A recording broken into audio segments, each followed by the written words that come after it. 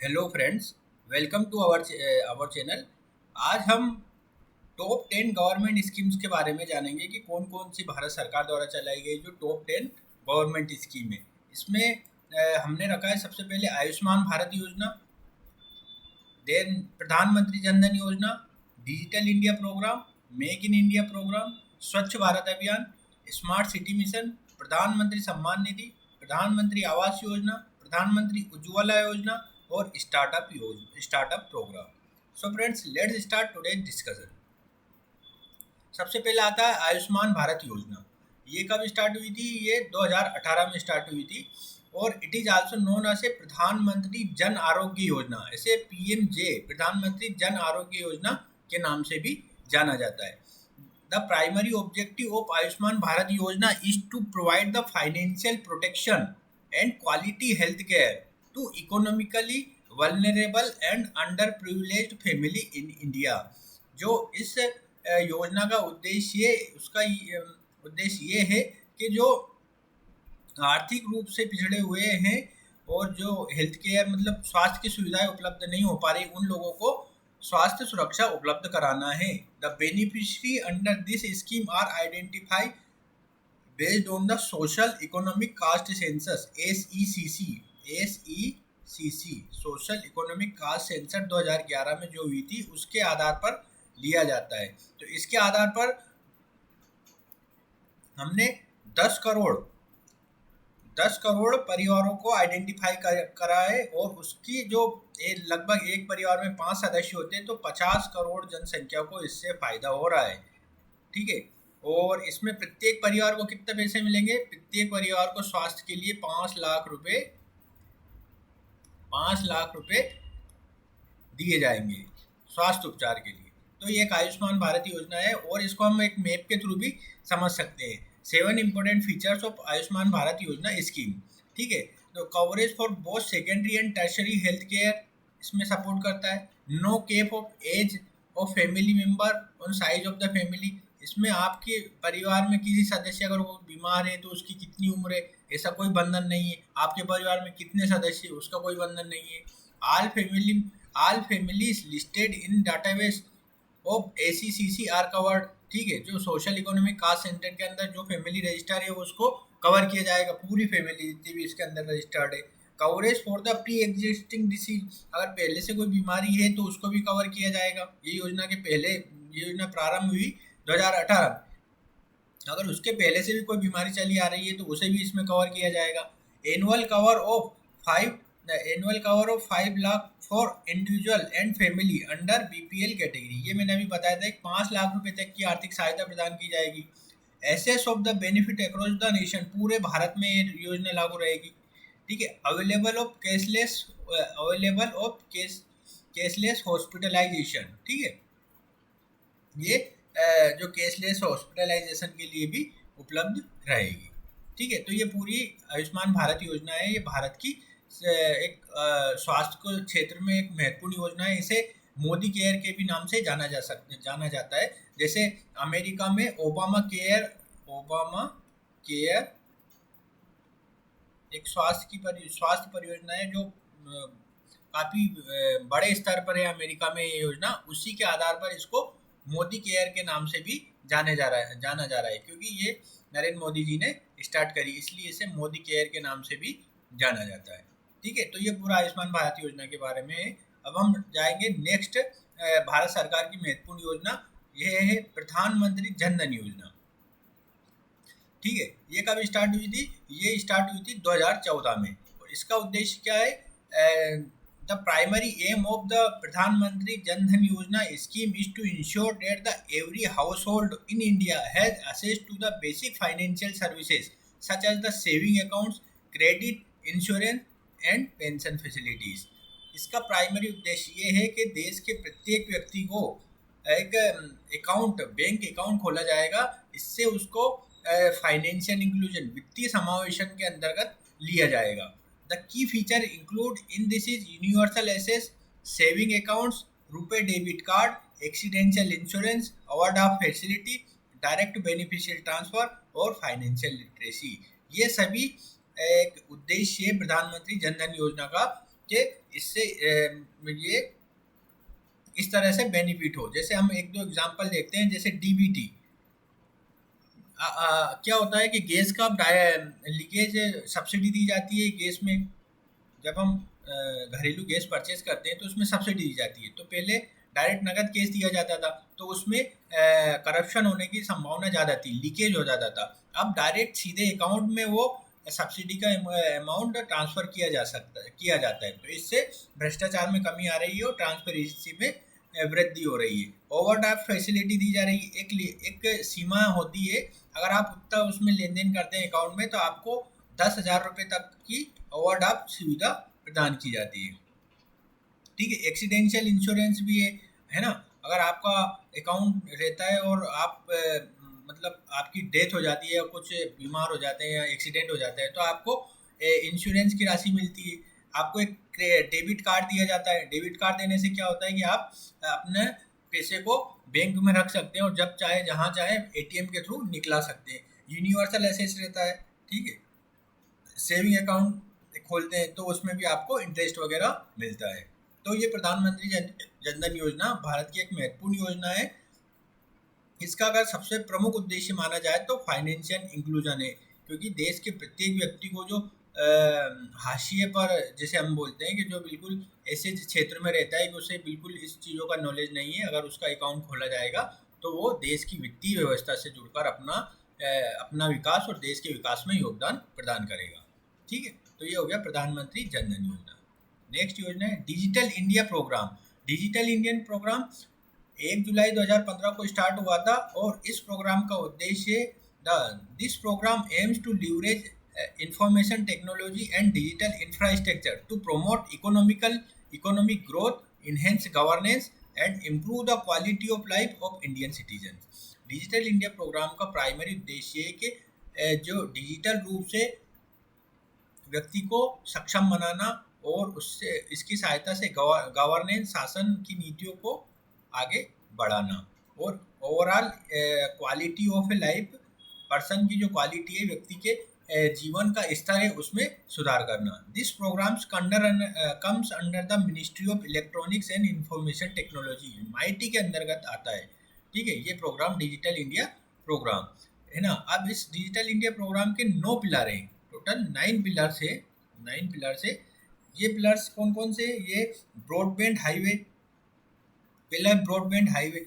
इसके अंतर्गत पूरे देश में एक इंटरनेट का जाल बिछाया जाएगा, जिससे कि आसानी से लोग इंटरनेट का प्रयोग कर सके और डिजिटल इंडिया के जो उद्देश्य है उसको प्राप्त कर सके। Universal access to the mobile connectivity, सभी को मोबाइल प्रदान की, मतलब कम दाम पर सरकार मतलब सब्सिडी वगैरह भी प्रदान करती है। और जैसे बहुत सारी सरकारें, राज्य सरकारें लड़कियों को मुफ्त मोबाइल प्रदान करती है और वल्नरेबल और जो लो इनकम बेस्ड फैमिली है उनको इस तरह की योजनाएं चलाती हैं कि वो डिजिटल इंडिया प्रोग्राम से जुड़ सके। पब्लिक इंटरनेट एक्सेस प्रोग्राम, बहुत सारी जगह पर वाईफाई लगाए जा रहे हैं। जैसे रेलवे स्टेशन पे फ्री वाईफाई लगाए जाते हैं, एयरपोर्ट्स हो गए और पब्लिक प्लेसेस होते हैं, वहाँ पे फ्री इंटरनेट दिया जाता है कि आप डिजिटल इंडिया प्रोग्राम से जुड़ सके। ई गवर्नेंस को बढ़ावा मिलता है, ये तो सबसे महत्वपूर्ण बात है। डिजिटल इंडिया प्रोग्राम से ई गवर्नेंस को बढ़ावा मिलता है। आजकल जितने भी सरकारी कार्यालय हैं या मंत्रालय हैं वो ई गवर्नेंस से जुड़ गए हैं। इससे क्या होगा कि भ्रष्टाचार में कमी आ रही है। लोग एक ऑनलाइन शिकायत निवारण तंत्र बन चुका है, जिसमें आप ऑनलाइन अपनी शिकायत रजिस्टर्ड करा सकते हैं और उनका समाधान पा सकते हैं। ई क्रांति, पांचवा है ई क्रांति, इलेक्ट्रॉनिक डिलीवरी ऑफ सर्विसेज। आजकल क्या है, बहुत सारी चीज़ें इलेक्ट्रॉनिक रूप से बन चुकी है। जैसे हम पहले क्या होता था, आधार कार्ड के लिए हमको ऑफलाइन सेंटर पे जाना पड़ता था। वर्तमान में हम आधार कार्ड अपने घर से भी अपडेट कर सकते हैं। और आधार कार्ड के अलावा जन्म प्रमाण पत्र हो गया, मृत्यु प्रमाण पत्र हो गया, आय प्रमाण पत्र हो गया, विवाह प्रमाण पत्र हो गया, इन सब की चीज़ों, ये सब भी अब ऑनलाइन बनने की ओर अग्रसर हो चुके हैं। इनमें काफ़ी प्रोग्रेस हो चुकी है। इससे भी भारत के जो सरकार को है गवर्नेंस को बढ़ावा मिल रहा है। Information to all, digital India कार्यक्रम के द्वारा जो सूचनाओं का एक तंत्र है वो बाहर आ रहा है। जैसे कोई रिसर्च कर रहा है, कोई मेडिकल में है, कोई टूरिज्म क्षेत्र में है, और कोई एग्रीकल्चर क्षेत्र में है, तो इन सबको सूचनाएं आसानी से प्राप्त हो जाती है। तो ये हो कहलाएगा information to all. Electronics manufacturing है ना, इससे मेक इन इंडिया कार्यक्रम एक भारत की पहल है। Make in India, make in India, make in India कार्यक्रम से हम इलेक्ट्रॉनिक्स उपकरणों को बना रहे हैं। IT for jobs, digital India कार्यक्रम को बढ़ाएंगे तो आईटी के क्षेत्र में भी जॉब बढ़ेगी, क्योंकि डिजिटल टेक्नोलॉजी आईटी से रिलेटेड होती है। Early harvest programme, early harvest programme क्या होता है कि हम कुछ प्रोग्राम ऐसे सेट करें कि उनको जल्दी प्राप्त कर सके। जैसे हमको अकाउंट खोलने हैं बहुत सारे लोगों के, तो डिजिटल इंडिया कार्यक्रम के तहत हम डिजिटली रूप से लोगों को एक दूसरे से जोड़कर जो लक्ष्य है वो समय से पहले भी प्राप्त कर सकते हैं। ये अर्ली हार्वेस्ट प्रोग्राम कहलाता है। ठीक है, तो ये पूरा डिजिटल इंडिया प्रोग्राम के बारे में है। नेक्स्ट योजना मेक इन इंडिया प्रोग्राम। ये प्रोग्राम कब स्टार्ट हुआ था? ये 2014 में प्रारंभ हुआ था। और इसके क्या क्या लक्ष्य? Increase the manufacturing sector growth rate to 12 to 14% per annum. 12 से 14% तक की हमको इसमें वृद्धि दर चाहिए मैन्युफैक्चरिंग सेक्टर में। ठीक है, ये इसका गोल है। To create 100 million additional manufacturing jobs in the economy by 2022। 2022 तक हमें 100 मिलियन अतिरिक्त जॉब चाहिए मैन्युफैक्चरिंग के क्षेत्र में। बट अभी इसका आकलन नहीं हुआ है, क्योंकि 2022 तो निकल चुका है। ठीक है, नेक्स्ट इनिशिएटिव क्या है? To ensure that the manufacturing sectors contribution to GDP is increase by 25% by 2022। ये भी एक लक्ष्य तक 25% तक 2022 तक बढ़ जाए, लेकिन इसको बाद में चेंज कर दिया गया है और अब इसका लक्ष्य रखा है कि 2025 तक जीडीपी में इसका 25% योगदान रहे। ठीक है, तो ये मेक इन इंडिया प्रोग्राम है। नेक्स्ट स्वच्छ भारत अभियान। स्वच्छ भारत अभियान नरेंद्र मोदी जी ने 2 अक्टूबर 2014 को स्टार्ट किया था, गांधी जयंती के दिन। तो और इसके की कंपोनेंट के स्वच्छ भारत अभियान एक बेसिक रूप से इसका अगर उद्देश्य समझे तो हमारे देश में स्वच्छता को प्रोत्साहित करना, व्यक्तिगत स्तर पर भी सामूहिक स्तर पर भी। ठीक है, तो इसके की कंपोनेंट हम देख लेते हैं। पहले क्या है? Open defecation free India. ठीक है, इसमें भारत में हमको ओपन डिफिकेशन मनाना है। ठीक है ना, खुले में शौच को बिल्कुल फ्री रखना है, कोई खुले में शौच नहीं जाएगा।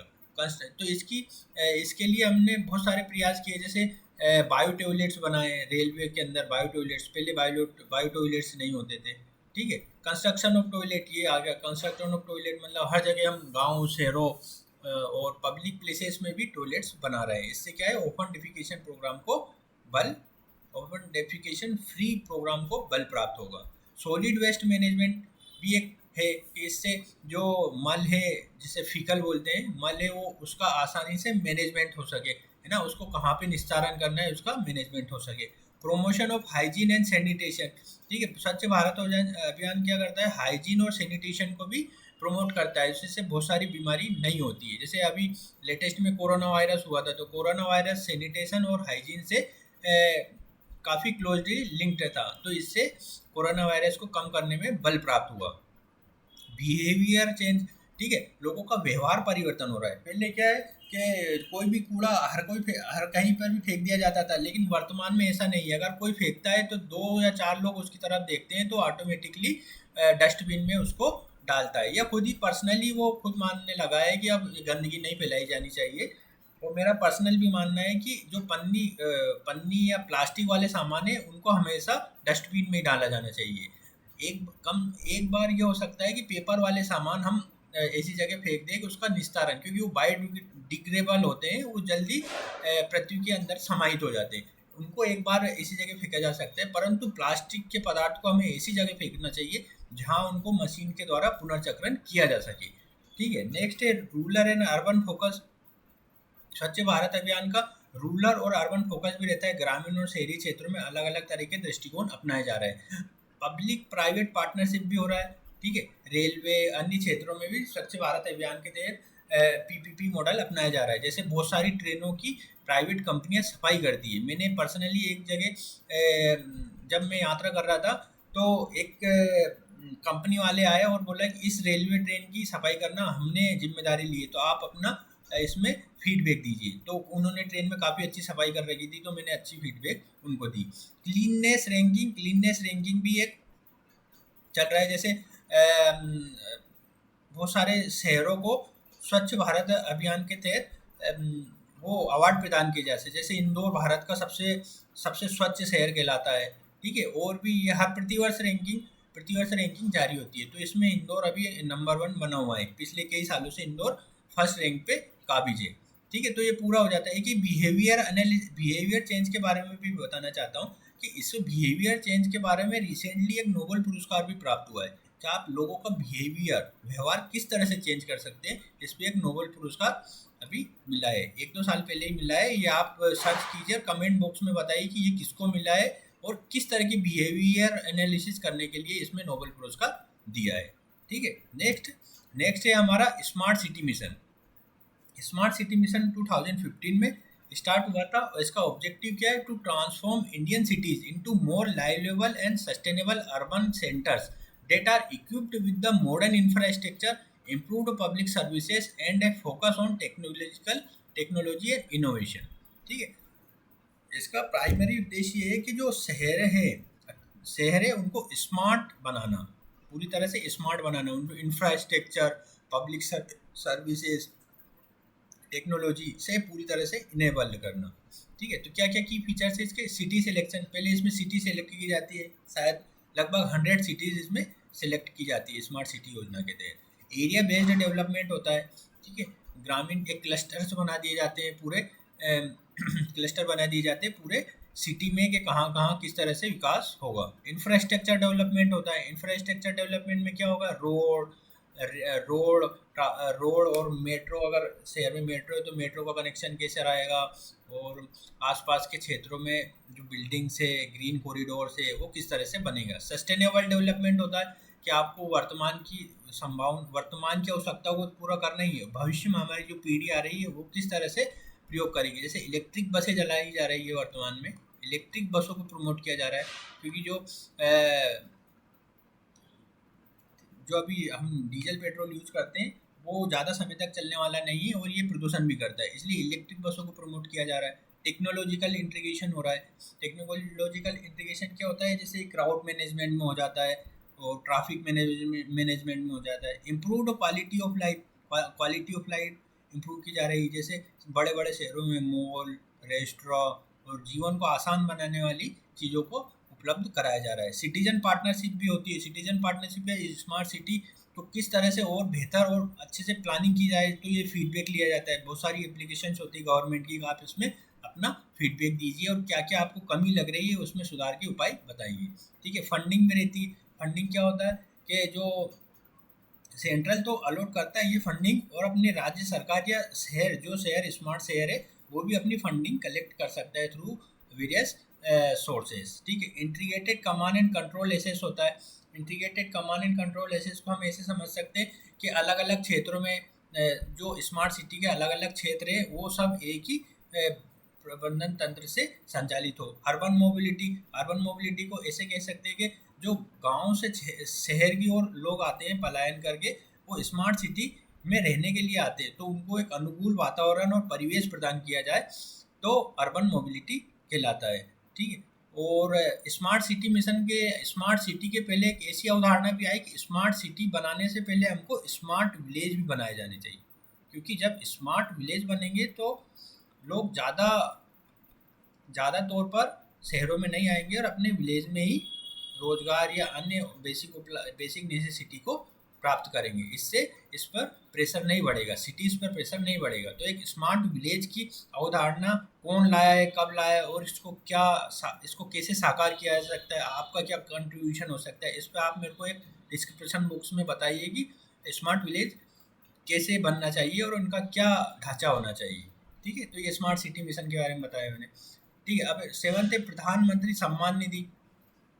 ये नरेंद्र मोदी जी ने 2019 में लागू की थी और इसका प्राइमरी उद्देश्य है कि जो किसान है, जो लघु सीमांत किसान है, जो जिनकी भूमि 1 हेक्टेयर या 2 हेक्टेयर से कम है, उनको ये फायदा देना था और उनको एक साल में 6,000 रुपये 3 किस्तों में दिए जाएंगे, ठीक है, 3 किस्तों में दिए जाएंगे 2-2 हज़ार रुपये करके। तो उनको एक आर्थिक सहायता प्रदान करना है किसानों को कि ये इसमें प्रधानमंत्री सम्मान निधि के तहत इनको आर्थिक सहायता प्रदान की जा रही है, ठीक है।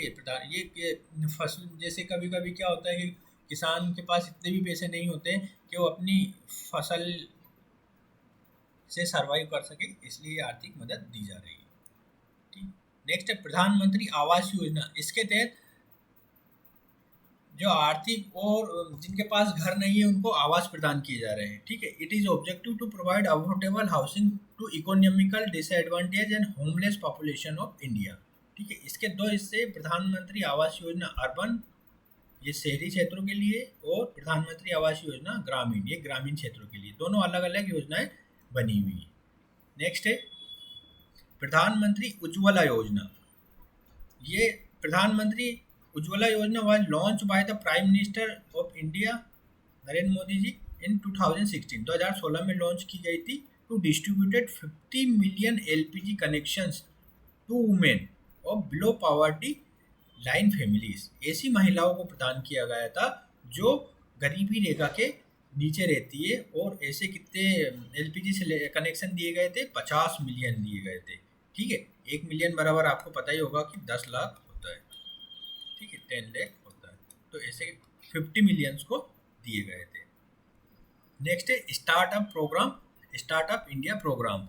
The startup India programme is an initiative launch by the government of India in 2016 with the aim of promoting and nurturing the entrepreneurship and innovation in the country. The program is designed to create a favorable environment to startups, support their growth and foster job creation. इसका primary उद्देश्य ये था कि startup जो industry है, जो कुछ entrepreneurship नए नए उद्यमी जो आते हैं उनको एक अनुकूल वातावरण प्रदान करने के लिए इस योजना का प्रारंभ किया गया था। It encompasses a wide range of the policies, incentives and support mechanisms to empower and encourage startup business.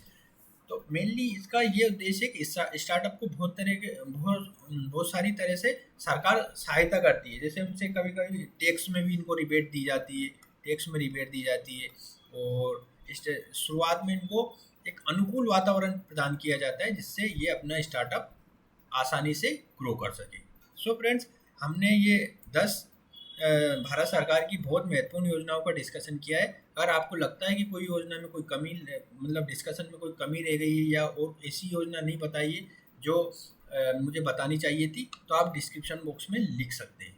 धन्यवाद।